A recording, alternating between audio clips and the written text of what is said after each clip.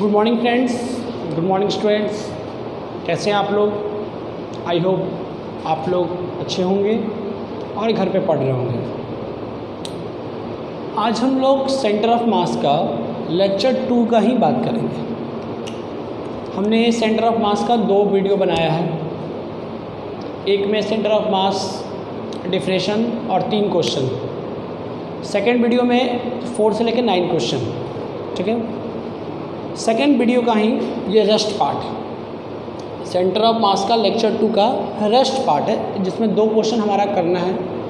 एक 10 करेंगे जो IIT एडवांस 2009 का है, और इसके बाद एक क्वेश्चन और करेंगे IIT मेन का। ठीक है, ये 2 क्वेश्चन लेक्चर 2 में छूट गया था। ये 2 क्वेश्चन लेक्चर 2 का था, जो कि लंबा वीडियो ना हो जाए, इसके कारण मैंने सोचा इसको अगले वीडियो में कंटिन्यू कर दूँ। क्वेश्चन भी बहुत इंपॉर्टेंट था, इसलिए स्किप करना नहीं चाहते थे। लेक्चर 3 जो सेंटर ऑफ मास का आएगा, वो centre of mass of rigid body आएगा। Centre of mass of rigid body. ठीक है, चलिए देखते हैं। एक क्वेश्चन है हमारे सामने। मैं SK नारायण, आपका ब्यूटीफुल सा चैनल SK नारायण। कॉपी कलम निकाल लीजिए और एडवांस का क्वेश्चन को सिंपली तरीके से कीजिए। सिंपल क्वेश्चन काफ़ी लंबा है, बट इसका आंसर बहुत छोटा है। एक बार क्वेश्चन को हम पढ़ते हैं। लंबा क्वेश्चन होने के चलते मैंने छोटा छोटा लिखा है। Look at the drawing given in the figure which has been drawn with ink of uniform line thickness. The mass of ink used to drawn each of the 2 inner circle and each of the 2 line segment is m. The mass of the ink used to draw the outer circle is 6m. The coordinate of the center of the different parts are outer circle 0, 0, left inner circle minus a, plus a, right inner circle a, vertical line 0, 0, and horizontal line 0, minus a. The y coordinate of the center of mass h. मैं इसको विस्तार से समझाता हूँ। कहता है एक drawing बना है, तो ड्राइंग बनाने के लिए इंक यूज़ होता है। अब मैंने इस बोर्ड पे ये ड्राइंग किया, तो मैंने इंक यूज़ किया। अब इस इंक भी तो एक लिक्विड जैसा ही है। इंक लिक्विड जैसा क्या लिक्विड है, तो उसके पास भी तो कुछ ना कुछ मास है। अब आप इसको ड्रॉ किए हो तो कुछ ना कुछ इंक का मास तो इस ड्राइंग वाले में है। तो इसी प्रकार इसने 5 चीज़ ड्रॉ किया है। एक सर्किल, बड़ा सर्किल दिख रहा है, जिसका मास इन्होंने 6m दिया है, और 2 छोटा सर्किल,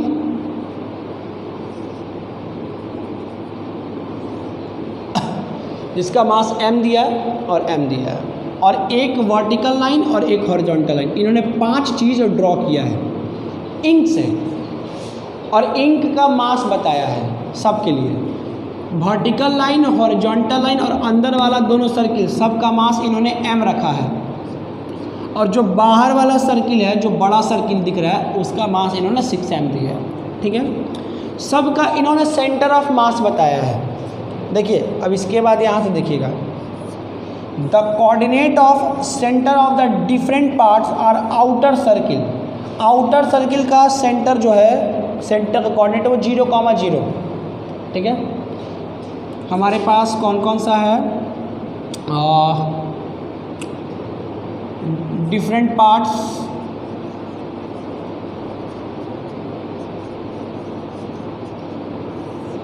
मास और कोऑर्डिनेट।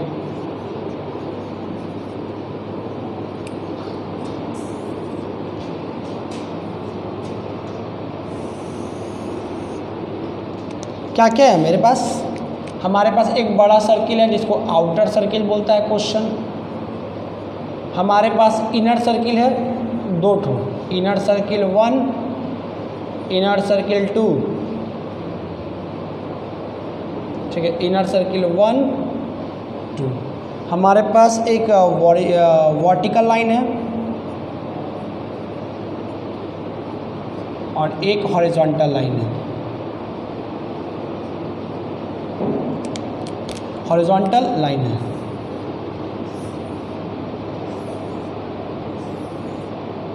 ठीक है,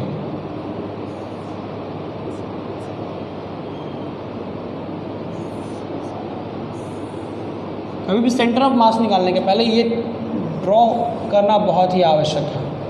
टाइम है तो ड्रॉ कर लीजिए, कभी क्वेश्चन गलती नहीं होगा। आउटर सर्किल का मास कितना है 6m, अब बाकी सबका तो मास m m m m। एक हॉरिजॉन्टल सर्किल के लिए जगह नहीं हटा, हॉरिजॉन्टल लाइन के लिए।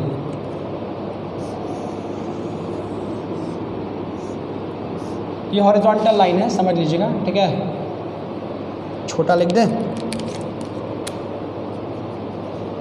हॉरिजॉन्टल लाइन, ठीक है। इसकी मास भी m है। सबका कोऑर्डिनेट नहीं, सबका कोऑर्डिनेट नहीं, coordinate of centres, coordinate of centres मतलब कोऑर्डिनेट ऑफ सेंटर ऑफ मास।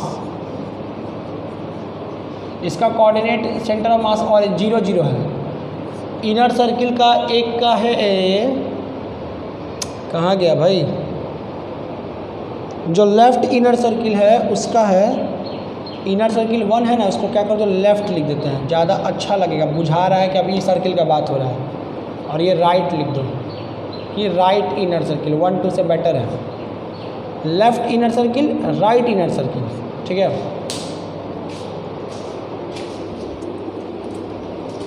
अब देखिए लेफ़्ट इनर सर्किल का कोऑर्डिनेट है -a, इसका है a, वर्टिकल लाइन का है 0, 0 और हॉरिजॉन्टल लाइन का है 0, -a। ये जो कोऑर्डिनेट है वो क्या है, किसका कोऑर्डिनेट है, सबका सेंटर ऑफ मास है ना। सब इसमें बहुत सारे बॉडी बनाए हैं ना, एक बड़ा सर्किल, 2 छोटा, एक लाइन, तो सबका अपना अपना सेंटर ऑफ मास। इसका सेंटर ऑफ मास होगा कहीं, इसका होगा, इसका होगा, इसका होगा, इसका, सबको कोऑर्डिनेट दिया है क्वेश्चन में, ठीक है। अब इसको मिटा लो, ठीक है। तो कहता है बताओ पूरा सिस्टम का सेंटर ऑफ मास निकालना है। तो हम क्या बताए थे आप लोगों को याद है कि जब पूरे सिस्टम का सेंटर ऑफ मास निकालना हो तो हर बॉडी के सेंटर ऑफ मास और उसके मास का प्रोडक्ट करके बट्टा टोटल मास। वाई कोऑर्डिनेट पूछा है हमको सेंटर ऑफ मास का, तो एक्स से कोई मतलब ही नहीं। इसका सेंटर ऑफ, इसका मास गुना इसका सेंटर ऑफ मास का वाई, इसका मास गुना इसका सेंटर ऑफ मास का वाई, सबका। तो देखिए सबसे पहले हमारे पास हम निकाल रहे हैं Y centre of mass. 6m और बड़े वाले सर्किल का सेंटर ऑफ मास का वाई कोऑर्डिनेट 0 है। m गुना इसका a प्लस m गुना इसका भी a plus m Guna 0 plus m Guna -a, और टोटल मास कितना हो गया 10m, नहीं हो गया 6m plus m plus m plus m, 5 को बॉडी है ना टोटल। तो अब ऊपर अपने पास क्या बचा, देखिए -a से ये कट गया, ये 0 ये 0, ma/10m, mm cancel, a/10, that is option number A, that is option number A. बहुत सिंपल क्वेश्चन है। अगर 4 5 6 बॉडी दिया हो तो 4 5 6 सबका इंडिविजुअल सेंटर ऑफ मास पता होना चाहिए कि इसका सेंटर ऑफ मास यहाँ है, इसका यहाँ है, इसका यहाँ, ठीक है। और ऑरिजिन पता होना चाहिए, बस उसके मास से उसके सेंटर ऑफ मास को प्रोडक्ट करेंगे। सेंटर ऑफ मास का जो कोऑर्डिनेट पूछेगा उसके कोऑर्डिनेट से, और सबको डिवाइड कर देंगे। जैसे हर पार्टिकल का निकालते थे तो सिस्टम में हर बॉडी का निकालेंगे, ठीक है। तो ये क्वेश्चन था IIT एडवांस 2009 का। एक क्वेश्चन और देखेंगे मेन का, और उसके बाद हमारा सेंटर ऑफ मास का लेक्चर 3 आ जाएगा, जिसमें centre of mass of rigid body पड़ेगा, ठीक है। इसको नोट कीजिए। एक हमारा सवाल ये है, question number 11, 2 identical rods AB and CD are each of length L meter are joined to form a T-shaped frame। तो इसका सेंटर ऑफ मास निकालना है। Find the centre of mass of the frame, इस फ्रेम का centre of मास निकालना है। Find the centre of mass of frame. बहुत simple question है, प्लानिंग करेंगे और फार्मूला लगा के बनाएंगे। कैसे इसको प्लानिंग करेंगे, देखिए हम लोग को इतना पता है कि अगर कोई रॉड है L लेंथ का तो उसका सेंटर ऑफ मास कहाँ होगा, L/2 पे होगा, ये पता है ना। चलिए पहले किसी को ऑरिजिन चुन लेते हैं, इतना तो कंफर्म है, ठीक है। ये डिस्टेंस कितना होगा L/2 ना, तो इसको हम लोग ऑरिजिन मान लेते हैं, ठीक है। ए बी का सेंटर ऑफ मास कहाँ, सी पे, ए बी का सेंटर ऑफ मास कहाँ, सी पे। ए बी का सेंटर ऑफ मास कहाँ मान लिया, सी पे, और सी को मैंने ऑरिजिन मान लिया है, ठीक है। और इसका लेंथ क्या है, L, तो इसका सेंटर ऑफ मास मैंने मान लिया ई पे, कितना 0,L/2 हो जाएगा ना, 0,L/2। मैंने C is the centre of mass, दोनों का पहले सेंटर ऑफ मास पता कीजिए क्या होगा। तो ए बी का मिड पॉइंट है सी, तो C is the centre of mass, ठीक है। और E is the mid point है सी डी लेंथ का, C is the centre of mass of rod A B, और E is the centre of mass of rod C D. आपका मर्जी, आप किसी को मान सकते हो ऑरिजिन, ए को भी ऑरिजिन मान सकते हो, बी को मान सकते हो, सी को मान सकते हो, ई को मान सकते हो, कोई भी पॉइंट को ऑरिजिन आप मान सकते हैं। लेकिन आसान क्या होता है कि कोई सेंटर ऑफ मास को, ए बी का सेंटर ऑफ मास सी पे और सी डी का सेंटर ऑफ मास ई पे है, तो हम दोनों में से कोई एक को ऑरिजिन माने तो मेरा कैलकुलेशन आसान हो जाएगा। ऑरिजिन मानेंगे तो कोऑर्डिनेट 0 0 रहेगा, तो मल्टीप्लाई करने पे 0 हो जाएगा, ठीक है। ऐसे आप किसी को मान सकते हैं, ठीक है। तो सबसे पहले हम let C be the origin, मैंने सी को ऑरिजिन माना है, ठीक है। सी का ऑरिजिन हमारे पास रॉड हो गया ए बी और एक सी डी, ठीक है। सेंटर ऑफ मास पॉइंट कौन हो गया, centre mass point, centre of mass point A B rod का सी और इसका ई। कोऑर्डिनेट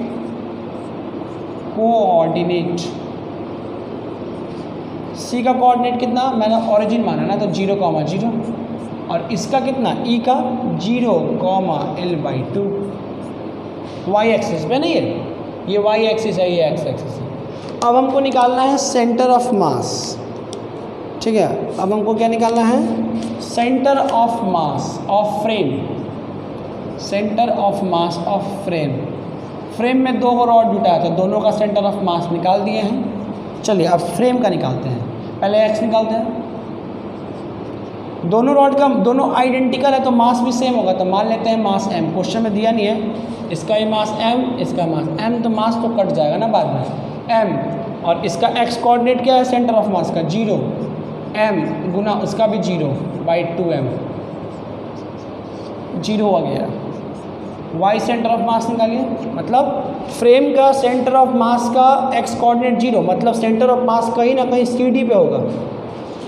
अगर इसको ऑरिजिन माने हो तो ये आपका जो सी डी है वो क्या हो गया, वाई एक्सिस, और जो सी बी है वो एक्स एक्सिस हो गया। यही ना आपका एक्स एक्सिस का काम करेगा, और ये वाई। तो अगर मेरा सेंटर ऑफ मास का एक्स कोऑर्डिनेट 0 आ गया, अन्यथा मेरा सिस्टम का centre of mass y axis पे होगा, ठीक है। अब नीचे होगा ऊपर होगा वो तो वक्त बताएगा। एम ए बी रॉड का मास एम, और ए बी रॉड का वाई भी तो 0 ही है ना, ऑरिजिन है तो, और इसका m गुना L/2/2m, इसका आ जाएगा आपको mL/2/2m, mm कैंसिल, L/4, यानी कि हमारा सेंटर ऑफ मास L/4। और L/4 पॉजिटिव या निगेटिव है, ठीक है। एक हम लोग गलती कर दिए ना, हम लोग इसको माइनस लेंगे ना, क्योंकि नीचे है, तो यहाँ माइनस लेंगे, तो यहाँ माइनस, और यहाँ भी माइनस, यहाँ भी माइनस, यहाँ भी माइनस, तो हमारा आएगा -L/4, ठीक है। यानी कि सेंटर ऑफ मास जो होगा,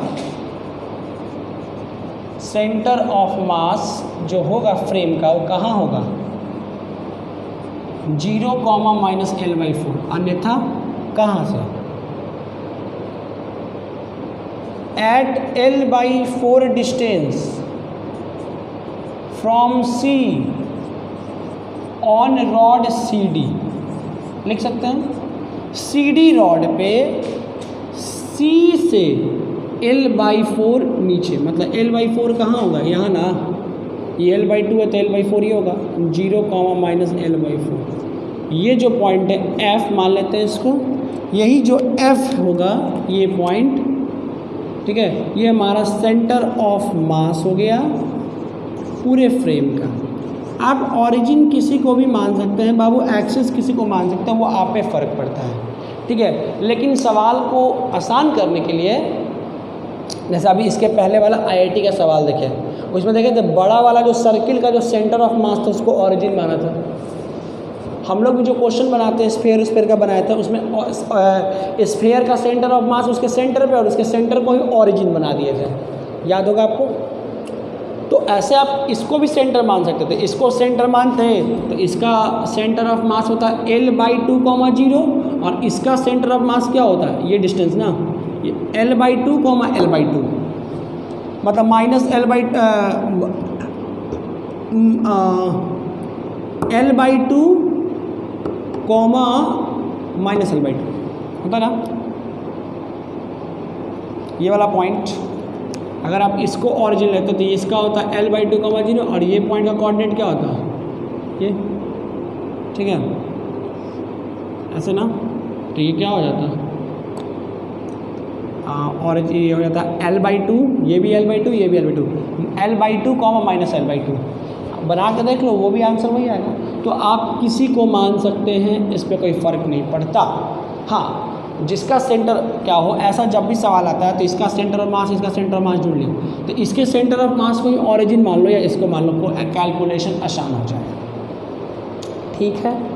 इस तरीके से आप बना सकते हैं, किसी का भी ओरिजिन को आप मान सकते हैं, किसी के भी मतलब सेंटर ऑफ मास को ओरिजिन मान सकते हैं। सेंटर ऑफ मास के कोई भी सेंटर ऑफ मास को ओरिजिन मानने से पता क्या होता है, हमको 0 मिल जाता है, क्योंकि इसका सेंटर ऑफ मास ओरिजिन है और हमको तो मास में सेंटर ऑफ मास के कोऑर्डिनेट से मल्टीप्लाई करना है, तो 0 कैलकुलेशन ईजी, तो आप बना सकते हैं, ठीक है। तो पढ़ते रहिए।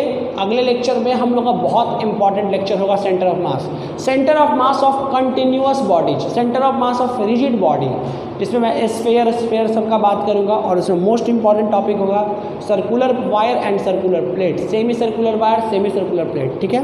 तो पढ़ते रहिए और इंटीग्रेशन डिफरेंशिएशन को थोड़ा देख लीजिएगा, क्योंकि उसका इस्तेमाल होगा।